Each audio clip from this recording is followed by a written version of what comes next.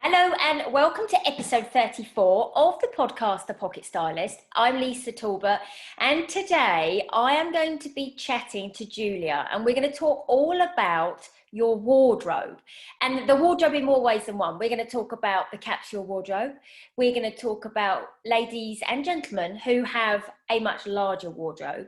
And do you only keep items in your wardrobe of clothing or shoes or accessories, or do you keep other things in your wardrobe? So first of all, I'm going to say hello to Julia. Julia, hello, how are you today? Hi, Lisa. I'm good. Well, I'm not alone, as you can see, but Yeah, we yeah. can't really hear yet. No, exactly. Susie, my dog, is with us.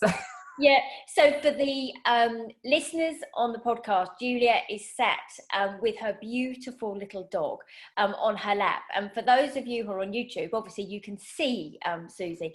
Julia, just introduce yourself. Tell everybody who you are, what you do, etc. before we get going. Well, hello everyone. I'm Julia. I'm a construction project manager, and I have been working most of my life on the high-end residential refurbishments in the central London. So that's really what I do as a day job. I'm a huge advocate for women in construction as well, and I specialize in bringing a little touch of femininity into the industry, I suppose. And you have a really interesting story though, because you and I have met, haven't we? And your story really kind of grasped me because you're not, obviously, people can hear from your lovely accent, not originally from the UK, but you came to the UK, didn't you?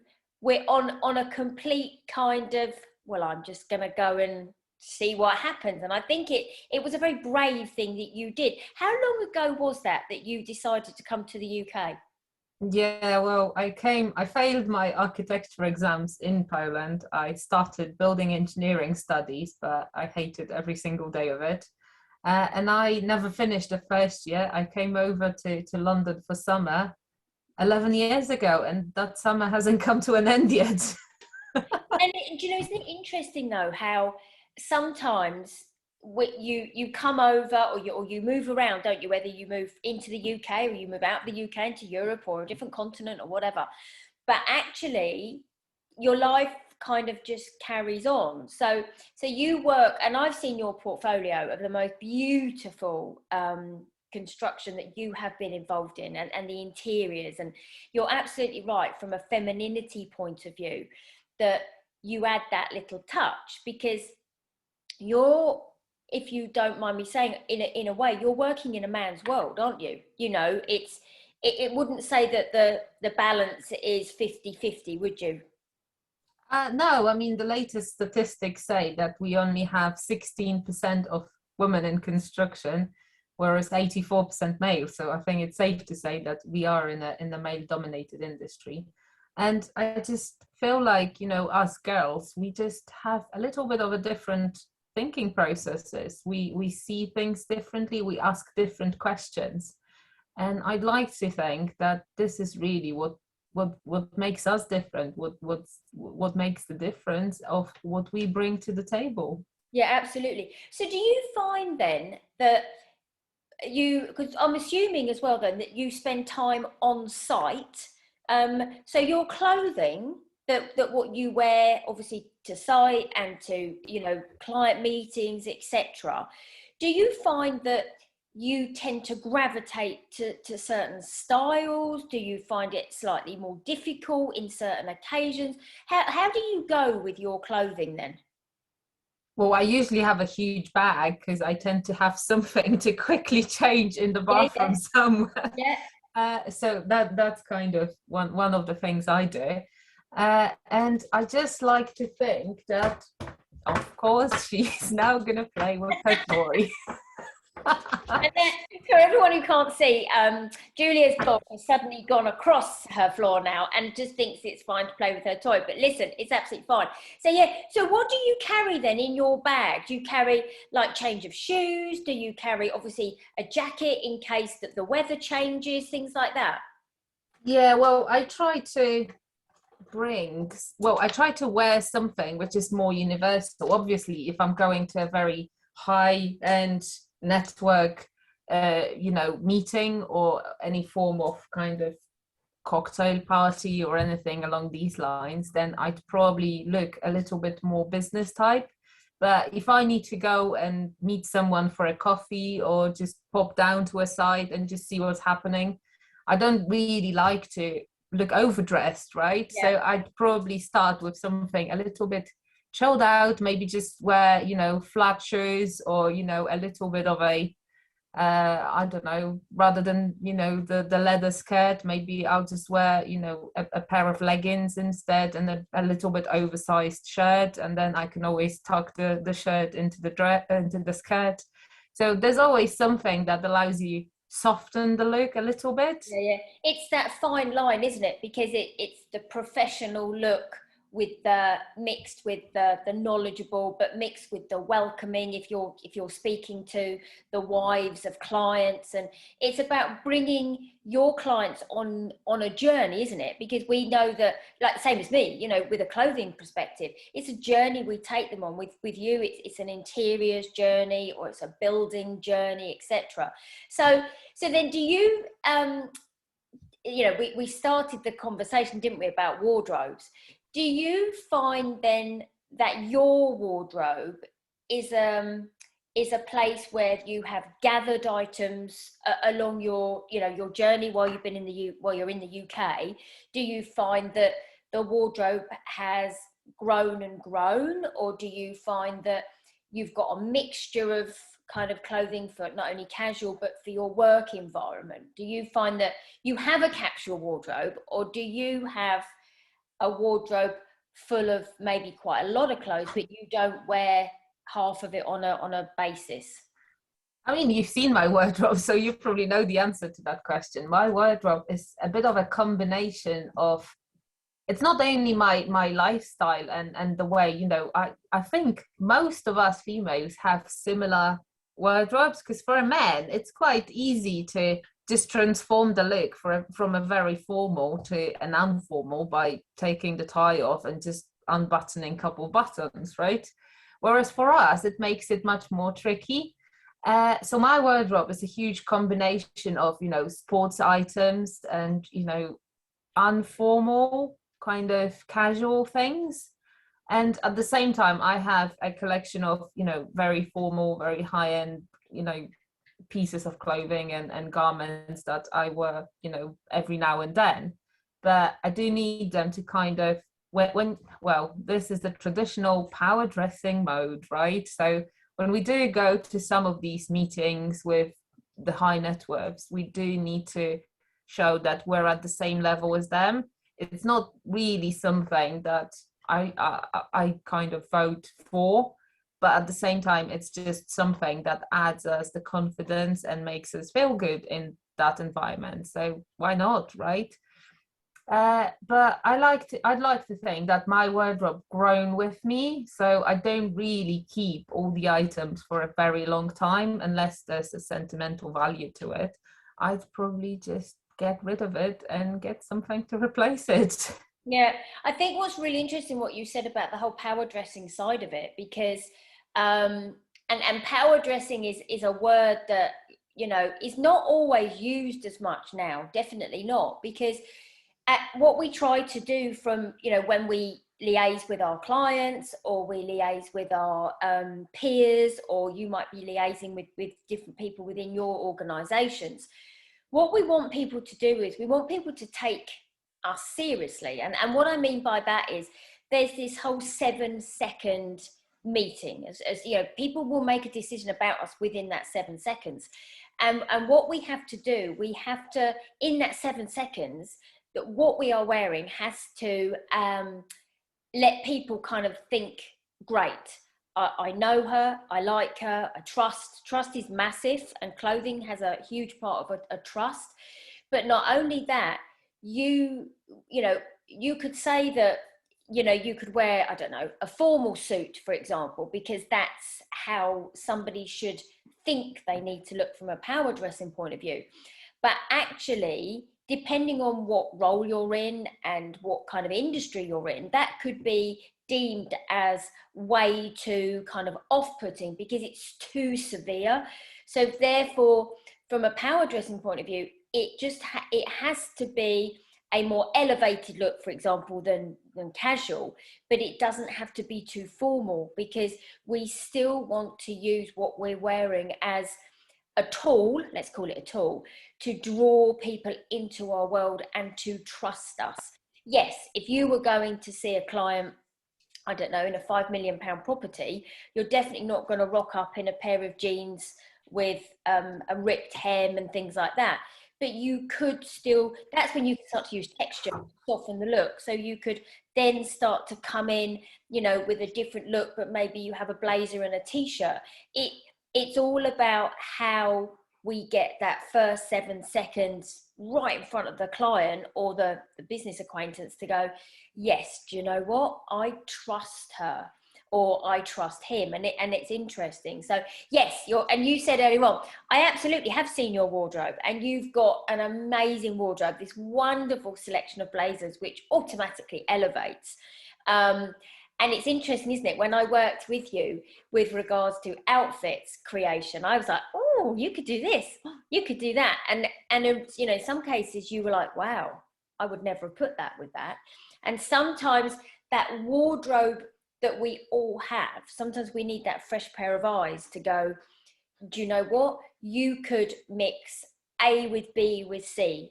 You could then take away B and replace it with D. And this is then how I'm a massive advocate of a wardrobe working for you rather than working against you, because I'd rather you had, I don't know, 25 items in your wardrobe and make 55 outfits than have 700 pieces in your wardrobe, but you only wear that 10% of it again, because you're not then really enjoying it, you know. And I'm not saying that about your wardrobe, but it's that how we start to pull it together and make sure that a wardrobe works for us. And that's why, you know, people say, you know, how big is your wardrobe? You know, my wardrobe is probably, well, it's probably about 5 foot, full stop. That's it. One wardrobe, 5 foot. Yes, I have chest of drawers with my knitwear and my t-shirts and things like that in it, but I don't have a big wardrobe, because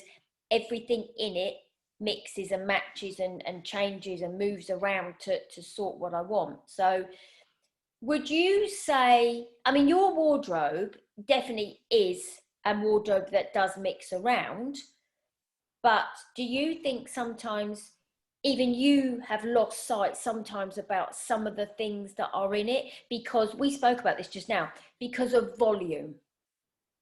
Yeah, I mean, well, it's quite a funny story, to be fair. I mean, when I was designing my dressing room, my wardrobe, you know, my husband is he works predominantly in the bespoke joinery uh, warehouse, and he's one of the directors there. He's responsible for the design of all the pieces. And the first question he actually asks, and not only me but all of his clients, is how much of a hanging space do you need, and how much of the shelves do you need?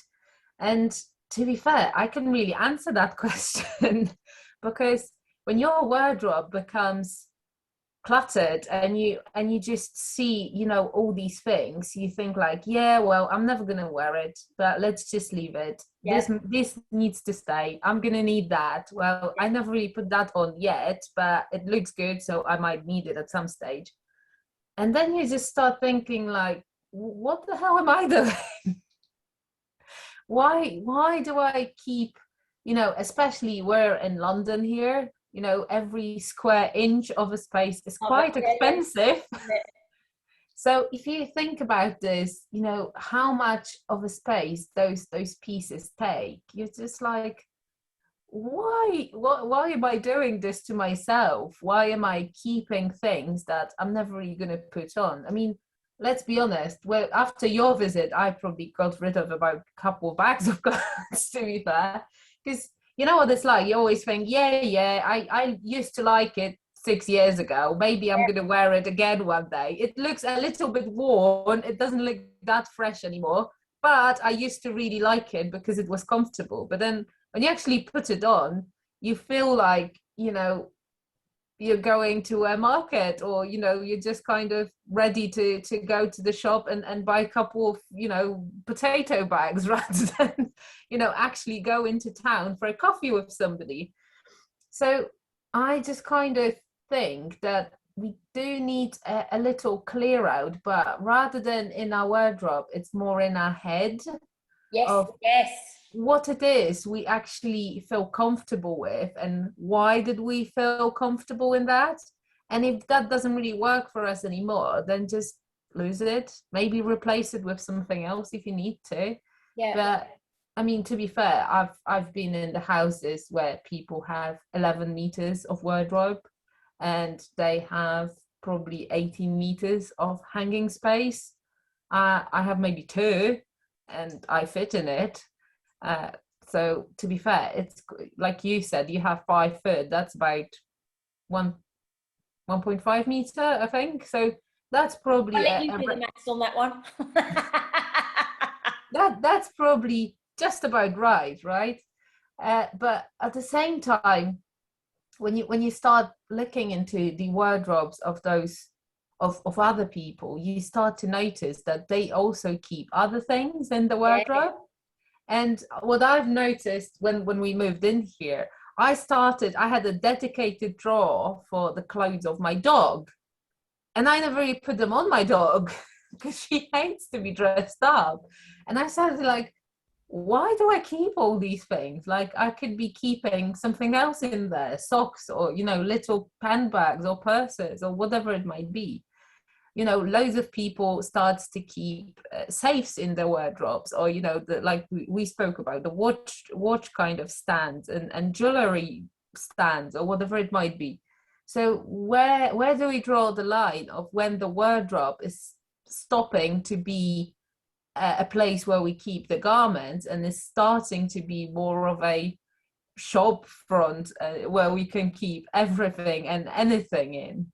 Yeah, I think it goes back to the whole space thing as well, doesn't it? It's, some people have the fitted wardrobes where you have, obviously it's more of across a back wall or in a dressing room or something like that.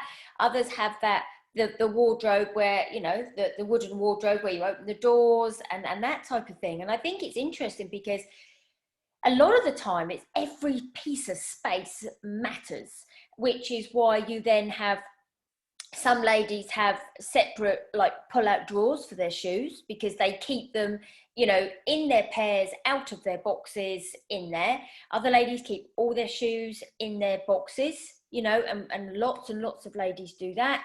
I've got another lady actually who's got all her shoes in a wardrobe, and then she has a picture of the shoe on the outside that she's printed off deliberately so she can see it, even though obviously you've got the labels on.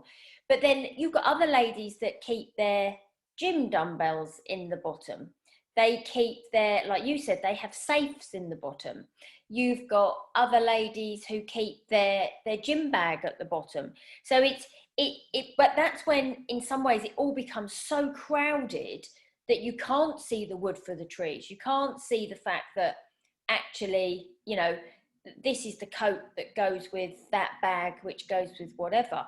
And I'm fully understanding that some ladies don't, and gentlemen, they don't have the space. So you have to kind of double up.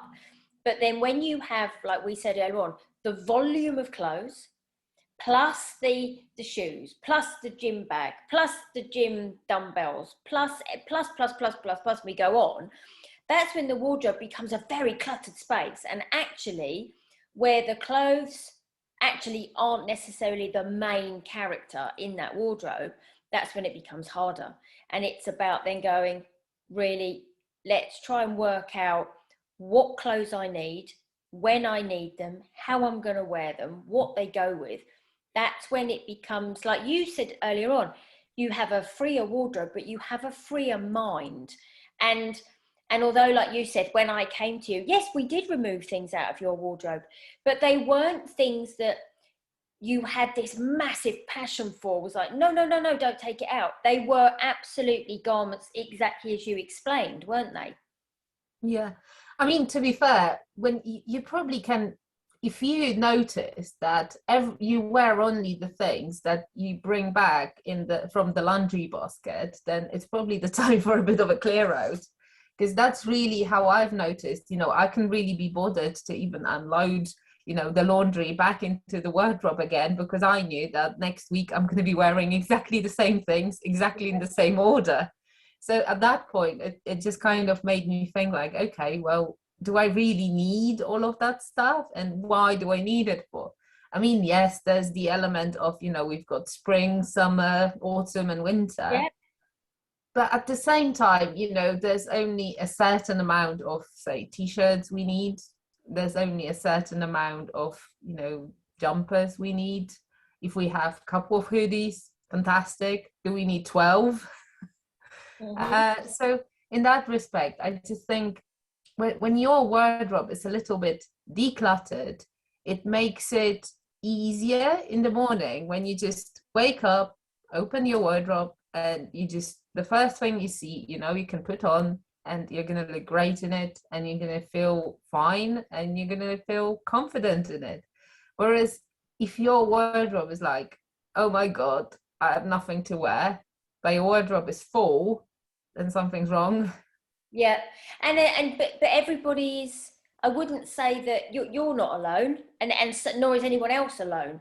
I would just, from my perspective, I would, for everybody, I want them, like you said, to feel confident with their wardrobe, to make sure that there's things in there that they absolutely love. And yes, like you said, we have different seasons, like now it's quite cold today. And even though we're at home, I've got my jacket on because I'm colder today than I would normally be. So, the wardrobe's got to work. It absolutely has to work. And if you think about it, a capsule wardrobe is a small collection of clothes that all go together. And it could be you have, I don't know, 5 pairs of trousers, 4 pairs of jeans, 10 tops, 5 blazers, and I don't know, 7 dresses.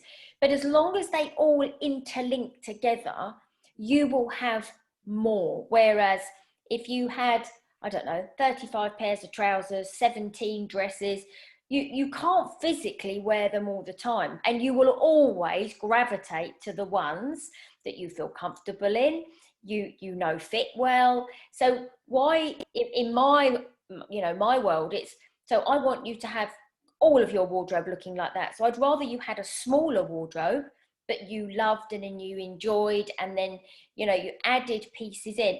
There's a quick tip as well, that when people go shopping, they automatically gravitate to, I don't know, a color, or they gravitate to a style or something like that. But actually the quick tip is, before you even go shopping, quickly glance through your wardrobe and go, okay, if I am going to buy anything today, what could I benefit from? And it could be another top, it could be a pair of shoes, it could be a necklace, it could be whatever. Because then when you go to the shops, you go, okay, I really like the color of that top. What will it go with?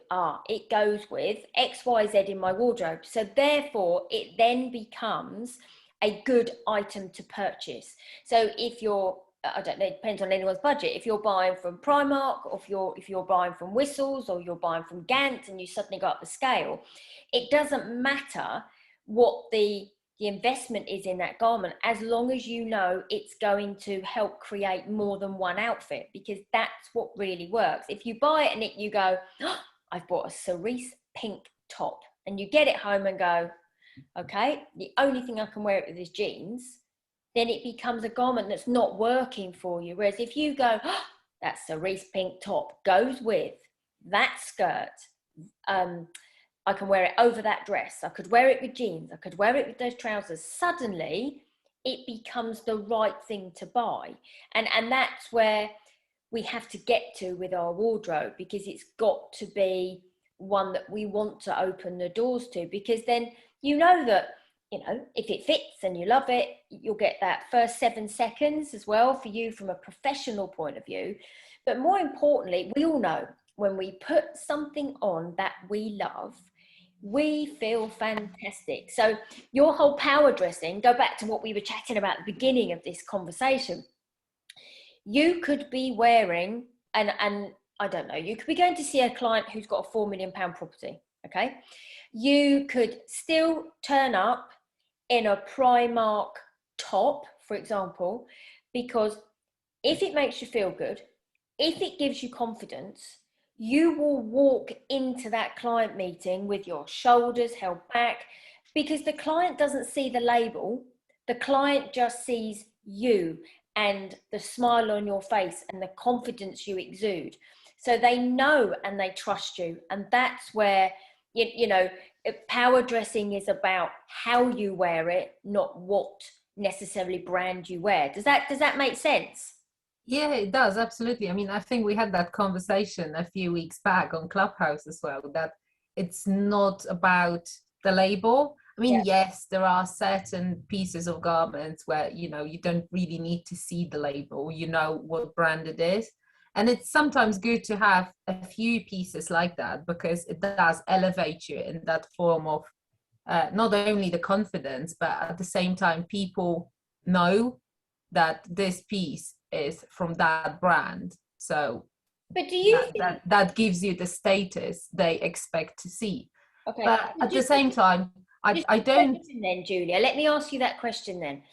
How do you think they know what brand you're wearing?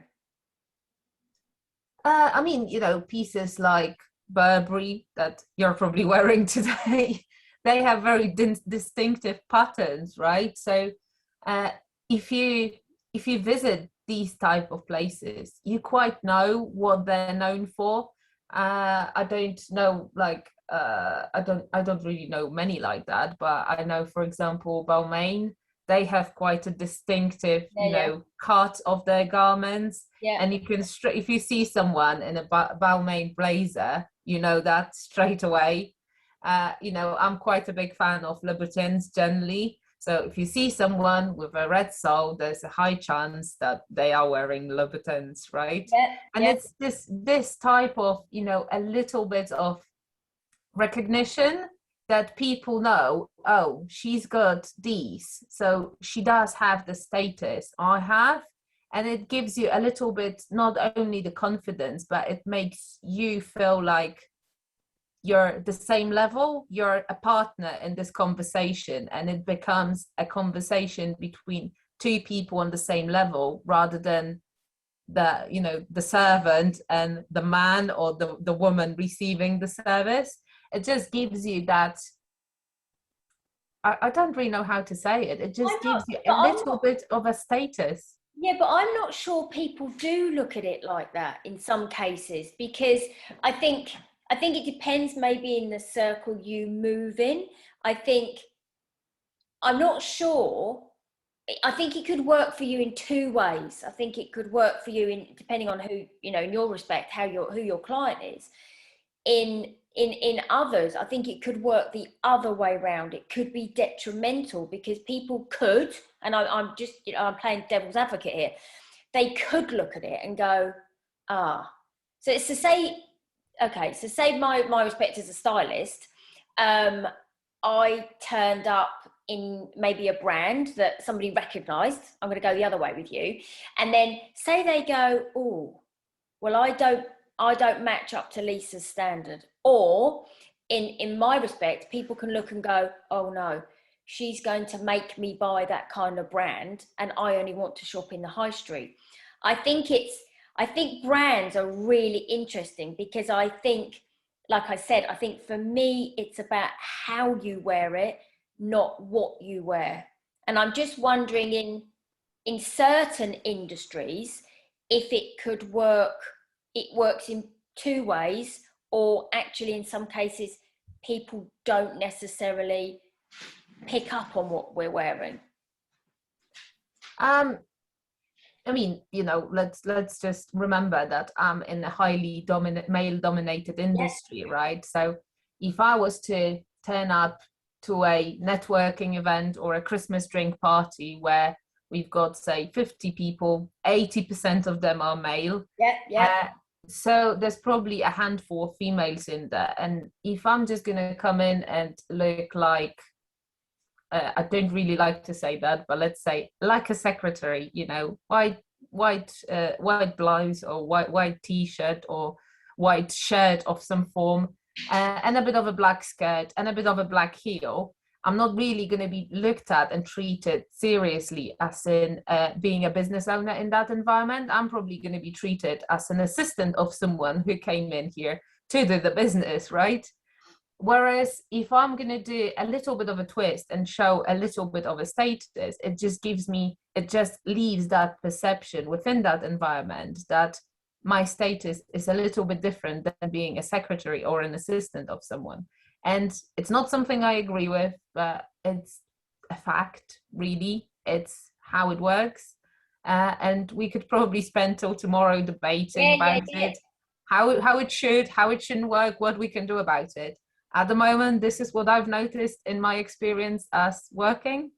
And to be fair, I do get where you're coming from with the, having Louboutin shoes and then say having, a skirt and a top from Primark on you and maybe a little bit of a plain bag. But, if somebody looks at you just because of this one piece and judges you by this one piece, then that doesn't really say much about you. It probably just say a lot about them, that they're not prepared to make that move and talk to you because the one brand you're wearing is scaring them off. I'm not saying we all have to suddenly wear, huge puffer jackets, branded by Moncler and Valentino all over our back, because I don't necessarily think this is, a subtle item that will give us that elevation piece. But at the same time, it's like, if you only make a little twist to your garment and combine the high street look with a little bit of a luxury brand, I don't think there's anything wrong with that. It just shows that you're also working with other clientele. Yeah, and you know what? This is another topic that could go right off on a tangent, isn't it? Because it's about how others perceive people. And it's really interesting. We've, and I say to a lot of clients, it's because, for people use clothes in so many different ways, like we've been speaking about. They use them as a suit of armor to protect themselves. They use clothing as a way of demonstrating their personality. They do use it as a way of showcasing what they do and how they do it. But what's really, really interesting, and I always say, do you know what? In some cases, we live in a very, very fickle nation, because what happens is people will make a decision on us, and it is absolutely by what we're wearing. And this goes back to what you and I have been speaking about, whether we wear, like you going into that environment, people will make a decision about you, and like in your words, whether you're the assistant or whether you're the business owner.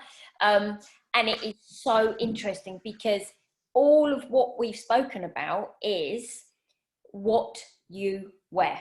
And it's so interesting, and I think it's such another interesting topic, especially for someone like yourself who is in a male-dominated industry.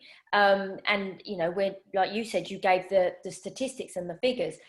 It's so interesting, and this is why, for me, clothes play such a massive part in who we are as people, how we represent ourselves, and how we do it, and how important that wardrobe is, to having a wardrobe that we love to wear and that makes us feel good. But it is such an interesting topic. It's maybe another topic for another podcast, because it's about working out, who we are by what we wear, and how we are judged by what we wear. And interestingly, it's not about it becomes not about the smile that we lead a room with. It's not about what we say, because initially somebody's going to make a decision on us basically by what we're wearing. And that goes the same for men and women. So I think that is completely another topic, but I think it's a very interesting topic, definitely, for sure. I mean, to be fair, if we look at it from a perspective of men, typically, if we hear about, people like Steve Jobs having 20 of the same garments that he would be wearing every day, just to keep his headspace free from Yeah, thinking, yeah. what am I going to wear today? You know, us females, I can't imagine myself in that situation. We do like a little bit of a twist, and we do like a little bit of a, well, it's probably not the right word again, but the show off, a little bit of a change, a little bit of a attention, right? Here I am, this is what I look like today. Hello, right? Whereas I think it gives us that validation as well, that, you know, we're here. Hi, you can come over, you can talk to me, I'm open to it. Whereas if we wear every day the same thing, if we would go that route, I mean, it's probably from a headspace point of view, I can see that working, but how does that impact that person, the confidence level they have, and, you know, their validation point? Or are they prepared? Are they really that confident that they don't need that? But you know, I think that goes back to the whole headspace thing. So with Steve Jobs, yes, absolutely. He had a series of t-shirts that he wore. He created a uniform. And actually what a lady can do, they might do exactly the same, whether they wear all black all the time, or because they don't have to think about it. And I think, again, it goes back to someone's personality, their style personality, and how they link that into their life. And then, you know, other ladies don't want to do that, because actually that doesn't demonstrate who they are. It doesn't give them the freedom to show their personality and things like that. And I think see how we go.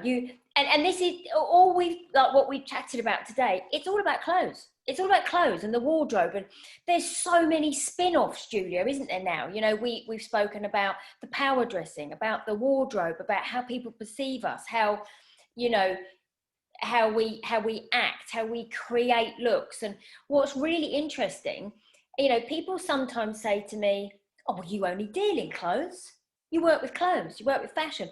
But clothes are not just the things that we put on our body every morning. They have a meaning, they have a purpose, they give us whatever they give us, a feeling of whatever. And it's such an interesting topic. It is not just about, like we've said, the clothes that you put on your back. So listen, we could talk about this for a long time. I'm very conscious that you know, that we've taken up a lot of your time, etc. Before, Julia, we bring the podcast to a close, would you like to just share with everybody how anyone can see what you're up to, that type of thing? Where can everybody kind of catch up with you?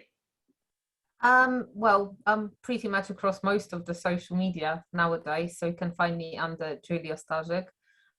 Or you can just have a look at my website. It's called starprojects.london, and Lovely. see what I'm all about and what do I do. Yeah, no, and that's it, isn't it? And it's lovely to see how you bring the femininity into your projects as well. So thank you so much for coming and chatting to me today. I hope everybody has enjoyed this week's podcast. It went off in so many different tangents, which is what's absolutely lovely. And I look forward to seeing you next week. I hope you enjoyed it again, and see you all soon. Bye-bye.